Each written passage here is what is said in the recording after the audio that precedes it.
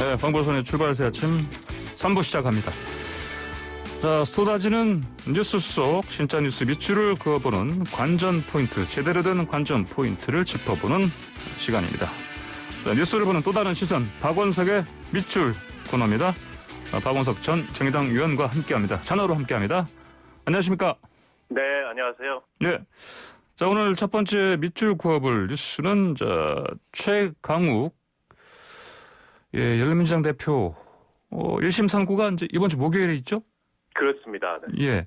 이 최 대표도 이제 조국 전 법무장관 이제 자녀 아들이죠. 아들에게 이제 로펌 네네. 인턴 증명서 허위 발급했다. 이게 혐의인데 네네. 판결 어떻게 될 것 같습니까? 이게 이제 2017년에 있었던 일인데요. 예. 그러니까 최강욱 대표는 1심 공판 내내 그 조국 전 장관의 아들이 실제로 인턴 활동을 했고, 예. 영문 번역 등에 네네. 때문에 이제 적법한 인턴 증명서 발급이었다. 오히려 검찰의 이런 기소가 날조됐고, 예. 검찰의 폭주다 이런 주장을 했었습니다. 예. 그리고 이제 재판 진행 과정에서 일부 증인들이 나와서 실제 최강욱 그 당시 변호사로부터 조국 전 장관 아들이 로펌에 와서 이런 활동을 하고 있다라는 얘기를 들었다.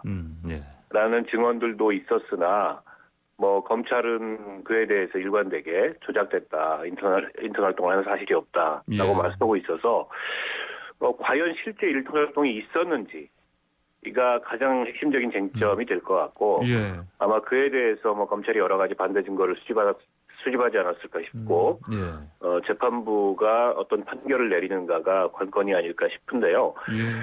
뭐 선고 결과는 지켜봐야 알겠지만 최강욱 현 의원이 예. 그 실제 조국 전 장관이 인턴 활동을 했다는 입증을 이 재판 과정에서 충분히 하지 못했던 거 아닌가 네. 이런 느낌은 듭니다. 예. 증인들이 있었다면 그런 얘기를 전해 들었다는 증인 말고 직접 봤다는 증인들이 있었어야 되고 있는 예. 게 마땅하고 예. 그런 어떤 그 증인들을 적극적으로 내세워야 됐었는데 다소 이런 어떤 증인들의 증언 같은 것들이 소극적이지 않았나 싶어서 네. 유죄가 나올 가능성도 있다고 봅니다. 자, 그러면 이제 유죄 가능성을 좀 생각을 해봐야 되는데 최 의원의 입장에서는요. 네네. 지금 이제 검찰이 구형한 게 징역 1년입니다. 그렇죠? 그렇습니다. 예. 그러면은 징역 1년 당연한 거고 또 금고형 이상을 선고하면 이제 최강욱 의원직 상실하지 않습니까? 그렇죠. 금고 이상의 형이 확정되면 예. 이게 이제 공직을 잃게 됩니다. 예. 근데 이제 1심이기 때문에 네. 1심에서 금고 이상의 형이 나왔더라도 네. 의원직 그대로 확정되면 의원직을 상실할 수 있는 형이지만 예. 최종 대법원 판결까지 봐야 되기 때문에 당장 의원직이 상실되는 건 아니고요. 예. 그렇다 하더라도 금고 이상의 형이 나오면 굉장히 좀 부담스러운 상황이 되겠죠. 예. 그러니까 위축을 받을 수밖에 없죠. 당연히 타격을 받을 수밖에 네네. 없는데. 자, 그러면 이제 이 1심 판결을 어떻게 나오느냐. 이 내용에 따라서 이제 조국 전 법무장관의 법원 판결에도 또 영향을 줄 수밖에 없지 않습니까? 네, 뭐 동일한 혐의로 조국 전 장관도 지금 재판을 받는 처지고요. 예. 정경심 교수도 마찬가지고. 예. 그래서 이 아들의 인턴 그 증명서 뭐 허위 조작이 만약 유죄 판결이 나온다라고 예. 하면 동일하게 그 문서를 제출해서 대학의 그 입학사정 업무를 방해했다는 혐의로 재판을 받는 조국 전 장관에게도 영향을 미치겠죠. 예. 그러니까요. 또 이제 이후에 또 그 정경심 이제 전 동양대 교수 지금 징역 4년형에 이제 법정 구속 당했는데 또 항소에서도 또 영향을 받을 수밖에 없고요. 일단 1심 정경심 교수 1심 판결의 양형 관련해서 예. 이게 이제 그 딸의 그 스펙과 관련된 네. 뭐 허위 기록들, 그러니까 입시 관련된 비리들이 전부 유죄가 인정이 되긴 했는데요. 예. 그것 때문에 4년형이라는 다소 이제 무거운 형이 나온 건 아니고, 네네. 그 정경수 교수가 받고 있는 여러 혐의 중에 미공개 정보를 활용해서 주식 투자를 하고 그로 인해서 이익을 본 혐의가 있습니다. 예. 근데 이제 그 혐의 같은 경우는 굉장히 무겁게 처벌하고 있거든요. 네. 그래서 일부 이제 그 오해가 있을 수 있는 게 그 대학 입시 뭐 표창장 허위 기록 이런 것 때문에 4년씩이나 받느냐. 예. 근데 그건 아닙니다. 여러 가지 혐의가 종합돼 가지고 양형이 정해진 건데 그 중에 이제 가장 무거운 혐의 중에 하나가 이 미공개 정보를 이용해서 주식 투자를 통해 이익을 본 거 이런 것들이 참고가 돼서 예. 다소 무거운 형이 나왔던 게 아닐까 싶습니다. 예, 알겠습니다. 자, 그리고 이제 28일에 최강욱 의원, 열린민주당 대표 의원의 이제 1심 선고의 그 다음 날 이튿날에 또 조 전 장관의 오촌 조카 그리고 사모펀드를 둘러싼 이제 의혹의 핵심 인물로 꼽힌 주범동 씨도 이제 항소심 선고 공판 있죠? 네. 예, 1심에서는 이제 그 뭐 정 교수와의 공모 이게 무죄가 나왔지 않습니까? 네. 특히 이 부분이 아무래도 2심에서는 핵심 같은데 어떻게 될 것 같습니까? 그게 핵심 쟁점이 되지 않을까 예, 싶습니다. 예, 네. 당시 이제 코링크 P의 실질적인 대표로서 예. 조범동 씨가 배임 횡령을 통해서 상당한 금전적 이득을 본 것에 대해 예. 4년형을 내렸지만 정경심 교수와 공모라는 혐의에 대해서는 전부 무죄 판단을 받았거든요. 예. 그래서 이게 이제 권력형 비리, 권력의 검은 그림자가 드리워진 그런 부정부패라고 보기에는 충분한 입증 근거가 네. 없다라는 게 재판부의 판단이었는데 예. 이번 항소심에서 핵심 쟁점도 과연 이 정 교수 내지는 조국 교수와의 조국 전 장관과의 공모가 인정이 되느냐 여부일 것 같아요. 예. 근데 얼마 전에 있었던 정경심 교수에 대한 1심 판결에서 미공개 정보를 이용한 주식 투자를 했고 그로 인해서 이익을 봤다는 혐의가 네. 인정이 됐는데 네. 그 미공개 정보를 조범동 씨로부터 받았다. 라고 재판부가 이제 판결에서 예. 적시를 했거든요. 예. 그 부분이 과연 이번 조범동 씨 항소심 선고 공판에 어떻게 작용할지가 이 쟁점이 되지 않을까 싶습니다. 예, 알겠습니다. 자, 이번 이제 두 번째 밑줄 어디에 그어볼까요? 자, 저걸 아시죠? 정세균의 정세균 총리의 이른바 손실보상법. 네. 이거 두고도 또 뭐 이래저래 또 뭐 논란이 있는데, 자, 기재부 나라냐. 네. 예, 이런 발언까지 하면서 이제 홍남기 경제부총리에게 이제 거의 뭐 화를 낸 수준인데, 또 이런 것도 있죠. 100조 이른바 보상액 일부 이제 언론 보도에 나온 거 이게 네. 악의적이다. 뭐 이렇게 정말 이분이 원래 이제 많이 웃으시는 분인데 요즘에서는 계속해서 이렇게 정말 확실한 발언을 하십니다 보니까 일갈했습니다. 이런 변화 어떻게 읽으십니까? 일단 100조 보상액 얘기가 나온 배경은 예. 얼마 전에 이제 민주당의 민병덕 의원이 예. 이 코로나 집합 금지, 집합 제한으로 인한 자영업자들의 손실에 대해서 보상하는 법을 냈는데 예. 그 법의 제정 추계를 보면 최대 월 한 24조 정도가 들 수 있다. 네. 최대가 그렇습니다. 최대가 예. 그래서 이제 피해 기간이는 4개월을 4개월. 예. 감안을 하면 한 100조 정도 나오지 네. 않겠나. 예. 이런 게 이제 알려지면서 좀 과장된 예. 그런 재원 부담이 알려져서 총리께서 좀 화를 냈던 것 같고요. 예. 손실보상법은 필요합니다. 네. 이게 우리 헌법 정신의 취지에 비추어 보더라도 국가의 행정명령으로 영업의 자유를 박탈당한 거잖아요. 예. 그에 대해서는 마땅히 법률로 보상하는 게 헌법 취지에도 부합하고 어떤 형태로든지 법이 필요한데 기재부에서도 그래서 안 만들겠다 이런 게 아니고 예. 재정 부담이 있으나 검토하겠다라고 좀 다소 물러선 상황이고요. 예. 이에 대해서는 뭐 총리께서 국정 2인자로서 이제 이 국민들이 겪고 있는 부담을 고려해서 손실 보상을 해야 된다는 예. 원칙적인 입장에서 추진하는 건 저는 뭐 타당하다고 보고요. 예.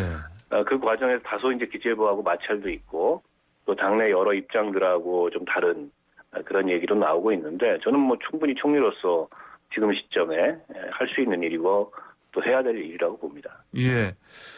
자, 이 손실보상법 두고요. 그런데 이제 우리가 뭐 이른바 여야 대선 후보들 가운데 여권 쪽의 잠룡이라 우리가 이제 분류를 보통 하죠. 이재명 경기지사 그리고 이낙연 이제 민주당 대표가 이런저런 발언을 했는데 자 정세균 이제 총리는 이제 아까 말씀드린 것처럼 이제 우리 손실보상법이니까 보상이고요. 사실 네. 방점이 이낙연 대표는 이제 공유 이익 네. 공유죠. 그러니까 공유. 이제 이재명 경기지사는 이제 보편 다 나눠주자, 지급해야 된다 이런 데 이제 방점을 두고 있는데 3명의 승부수 왜 이렇게 하고 있는 것으로 보십니까? 일단 뭐 강조점들이 조금씩 다른데요. 예. 이재명 지사는 뭐 일찌감치 보편적 재난 기본소득, 보편적 재난 지원금을 예. 적극적으로 국채 발행을 통해서라도 재정 여력이 있기 때문에 해야 된다. 일관된 주장을 해오고 있고 예. 최근에 좀 새롭게 제기된 게 이낙연 대표의 이제 이익공유제인데요. 근데 이제 이익공유제는 어떤 강제성을 발휘하는 게 아니고 예. 기업들이나 이 코로나 기간에 소득이나 수익이 늘어난 기업들이나 이런 쪽이 좀 자발적인 어떤 기금을 내서 이익 공유를 하자. 뭐 그 대신에 정부가 인센티브를 일정하게 주겠지만 이런 제안이고 정세균 총리는 좀 전에 우리가 얘기했듯이 코로나로 인해서 직접적인 피해를 본 자영업자들에 대한 손실을 보상해야 된다는 건데 저는 뭐 다 일정하게 필요하다고 봅니다. 강조점들이 조금씩 다르지만 예. 그러나 이제 우선순위로 봤을 때 지금 시점에서 가장 시급한 것은 이 자영업 손실보상 문제가 아닌가. 그리고 이거는 국가의 어떻게 보면 법적 책임이 네. 될 수 있는 사안이기 때문에 네네. 그래서 저는 우선 급한 것부터 우선순위가 시급한 것부터 문제를 풀어가다 보면 이익공유도 뭐 부분적으로는 필요할 수 있고 또 아주 긴급한 순간에 이재명 지사가 얘기하는 네네. 그런 긴급 지원의 의미에서 이 재난지원금도 지원할 수 있다고 보는데요. 다 필요한 요소들인데 지금 당장 우선순위 측면에서 시급한 게 뭐냐. 예. 이 점을 중심으로 좀 이 사안을 볼 필요가 있지 않을까 싶습니다. 예. 자, 여당 민주당에서 이른바 상생연대 3법 추진하기로 했는데 네. 내용이 간단히 보면은 손실보상, 협력이익 공유, 사회연대 기금인데 저 여당 쪽에서는 입법화 서두르는 모습인데 국민의힘은 또 비판하고 있지 않습니까? 저는 뭐 국민의힘이 야당이어서 비판할 수 있다고 보는데요. 예. 근데 이걸 뭐 퍼주기다 예. 내지는 실효성이 있겠냐 여러 각도의 비판을 하지만 예. 그러니까 제1야당으로서 그럼 책임 있는 대안도 저는 좀 제시를 해야 되지 않을까 싶어요. 예. 그러니까 자영업 손실보상에 대해서 아마 그 취지를 부정하지는 않을 거고 다만 이제 이런 정책들이 정부나 여당의 주도하에 그러니까 예. 정부나 여당의 이니셔티브 하에 이제 속도감 있게 추진되는 거에 대해서 선거를 앞두고서 예. 이게 좀 야당이 몰리는 거 아니냐 이런 우려를 할 수 있는데 그렇다고 해서 좀 반대할 명분은 저는 없다고 보고 예. 비판을 하되 큰 틀에서는 협력하고 또 더 생산적인 대안을 좀 제시하는 그런 모습을 제1야당이 보여줬으면 좋겠어요. 근데 지금까지 너무 이게 제1야당이 국정 견제라는 명목 하에 반대를 위한 반대에 주력하다 보니까 뭔가 대안적이거나 이 건설적인 그런 이미지가 너무 없는 게 아닌가. 이제 그런 점이 누적되면 예. 사실 국민들로부터 이게 대안으로서 인정을 받을 수 없거든요. 예. 그런 걸 감안했을 때 다른 건 몰라도 이런 민생 문제에 있어서는 더 적극적이고 더 협력적인 그런 모습을 보여줬으면 좋겠다. 이런 말씀을 드리고 싶습니다. 예, 알겠습니다. 자, 세 번째 밑줄. 자, 그거 보겠습니다. 자, 유시민의 반성문. 자, 계좌 내역을 검찰이 들여다보고 있다. 사찰 의혹을 제기했다. 자, 근데 이 관련해서 본인이 직접 사과까지 했습니다. 이 사과 도의적인 책임으로 봐야 되는 건가요? 사과문의 내용을 보면 그 사과 이상의 어떤 책임도 필요하다면 지겠다. 네. 이렇게 본인이 밝혔고, 그러니까 이 검찰이 계좌 내역을 들여다봤다는 결과적으로는 사실이 아닌 걸로 확인이 됐는데 이에 대해서 이제 통렬한 자기 비판과 사과를 했습니다. 물론 일각에서는 그 명백한 허위 사실이었기 때문에 사과 가지고 되겠냐? 그 이상의 책임도 져야 된다. 그래서 노무현 재단 이사장에서 당장 물러나라부터 시작해서 여러 의견들이 있는데요. 일단 이로 인해서 피해를 봤다면 피해를 본 당사자들도 있는 거지 않습니까? 그리고 검찰에 지금 고발장도 제출돼 있고 그래서 검찰이 이 사건을 어떻게 수사할지 또 그런 수사에 이 사과가 영향을 미칠지 여러 가지로 지켜볼 대목이 있는데요. 아무튼 본인 잘못을 그냥 외면하지 않고 또 이 공인으로서 군더더기 없이 솔직하게 사과했다는 점은 좀 인정하고 평가해야 될 대목이 아닐까 싶습니다. 자, 그 당사자로 지목됐던 이제 한동훈 검사장 법정 대응 요구했습니다. 명예훼손죄, 명예훼손 혐의죠. 그렇죠? 이게 성립될까요? 글쎄요, 뭐 그게 허위사실이든 허위사실이 아니든 네. 명예훼손죄가 성립될 수는 있다고 보는데요. 네.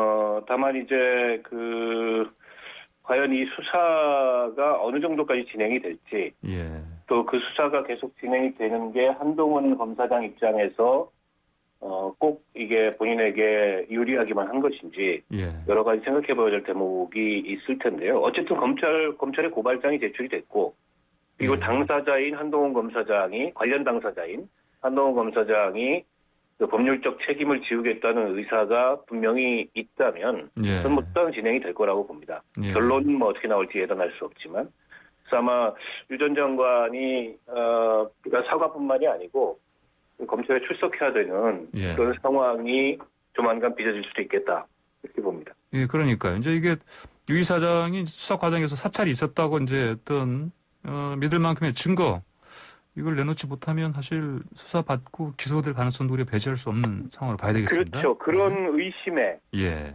이르기까지 본인이 어떤 그 근거가 있었을 거 아닙니까? 예. 그리고 그러니까요. 다소는 좀 확신에 찬 판단을 했는데 네네. 그런 판단을 과감하게 이 대중 앞에서 할 수 있었던 근거가 뭐냐, 경위가 뭐냐, 예. 이게 이제 집중적으로 수사의 대상이 되지 않을까 싶고, 예. 그럴 만한 개연성의 일을 네. 그런 어떤 의심의 일을 마땅한 그런 근거가 없다면 명예훼손 혐의가 좀 더 뚜렷해질 수도 있다, 이렇게 봅니다. 예, 그러니까 명예훼손이라는 게 이게 지금 보면은 사실을 적시해도 사실은 명예훼손죄 성립될 수 있고, 네, 그런데 거짓이어도 될 수 반해서 있는데, 네. 그런데 반해서 본인이 예. 그런 의심을, 허위사실에 대한 네네. 의심을 갖게 될 충분한 경위가 있다면, 네네. 설득력 있는 경위가 있다면 또 면책이 될 수도 있거든요. 네, 그러니까, 예. 그래서 어떤 경로와 어떤 경위를 통해서 그런 의심에 이르렀는지가 예. 어떻게 보면 수사에 있어서 핵심이 되지 않을까 싶습니다. 예, 알겠습니다. 오늘 말씀 여기까지 듣겠습니다. 감사합니다. 고맙습니다. 네, 지금까지 박원석 전 의원과 함께 밑줄 그어봤습니다.